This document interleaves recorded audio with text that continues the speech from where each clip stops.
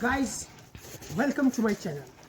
आज हम इस चैनल पे टाइम ट्रैवल के बारे में बात करेंगे और इसके रिलेटेड टॉपिक्स जैसे space and time fabric, time machines और वर्म होल्स के बारे में भी बात करेंगे। अभी हम फोकस करते हैं टाइम ट्रैवल के ऊपर। आखिर ये टाइम ट्रैवल होता क्या है? Dark uses time travel to confront these fundamental questions of the self, death, and desire. I'm not really interested in the workings or rules of Dark's take on time. Time travel 4 types का हो सकता है। 4 types का इसमें होता है one way travel to the future, one way travel to the future जैसे Interstellar movie में था। दूसरा है इंस्टेनियस टाइम जंपिंग, जिसमें ऐसा होता है कि एक ट्रैवलर है, वो instantaneously with the help of time machine और with the help of worm hole एक पर्टिकुलर टाइम फ्रेम में जा सकता है।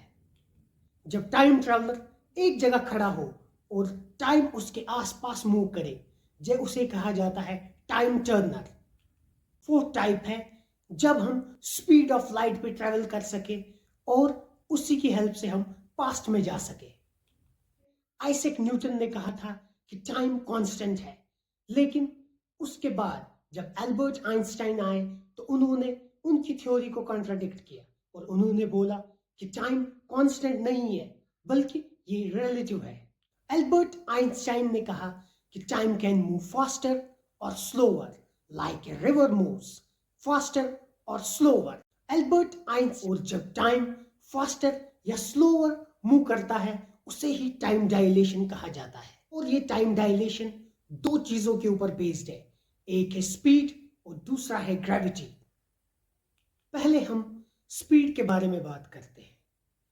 जब भी स्पीड किसी ऑब्जेक्ट की बहुत ज्यादा हो जाएगी, यानी कि स्पीड ऑफ लाइट से ज्यादा हो जाएगी, तो टाइम स्लो हो जाता है रिलेटिव टू अ पर्सन जो उस तेज ऑब्जेक्ट से नहीं जा रहा है।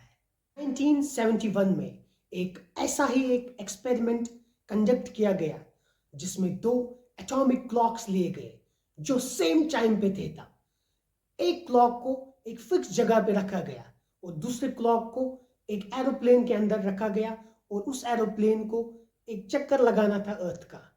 और जब उस एरोप्लेन ने उस ऑब्जेक्ट को लेकर ट्रैवल किया और जब उसके बाद वो उसी प्लेस पे आया जहां पे एक बार देखा गया जो क्लॉक ट्रैवल करके आ रहा है वो कुछ नैनो सेकेंड्स पीछे था इसकी रिलेटिव में, जो वहां पे फिक्स था क्लॉक। इसी से हमें पता चलता है कि अगर हमारे पास कोई स्पेसक्राफ्ट होगा जो स्पीड ऑफ लाइट पे चलेगा और जब हम उस स्पेसक्राफ्ट में बैठेंगे और अर्थ से टेक ऑफ करेंगे और 10 साल तक हम स्पेस में घूमते रहेंगे और उसके बाद जब हम वापस लौटेंगे 10 साल बाद तो अर्थ पे हजारों साल बीत चुके होंगे। दूसरा फैक्टर है gravity. The more there is gravity, the more there is time dilation. Imagine space time mesh, और उस मैश में हम बॉल्स रखेंगे। जितना मास ज्यादा होगा उन बॉल्स में उतना ज्यादा स्पेस टाइम मैश फोल्ड होगा। जितना वो मैश फोल्ड होगा टाइम उतना स्लोली फ्लो करेगा।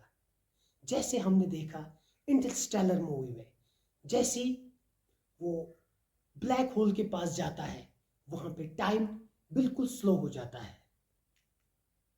ग्रेविटेशनल फोर्स लगाई जाए कि ये planetary object space time mesh को फाड़ दे तो एक तरीके का वर्म होल क्रिएट हो जाएगा। उस वर्म होल का इस्तेमाल करके हम पास्ट में भी ट्रैवल कर सकते हैं।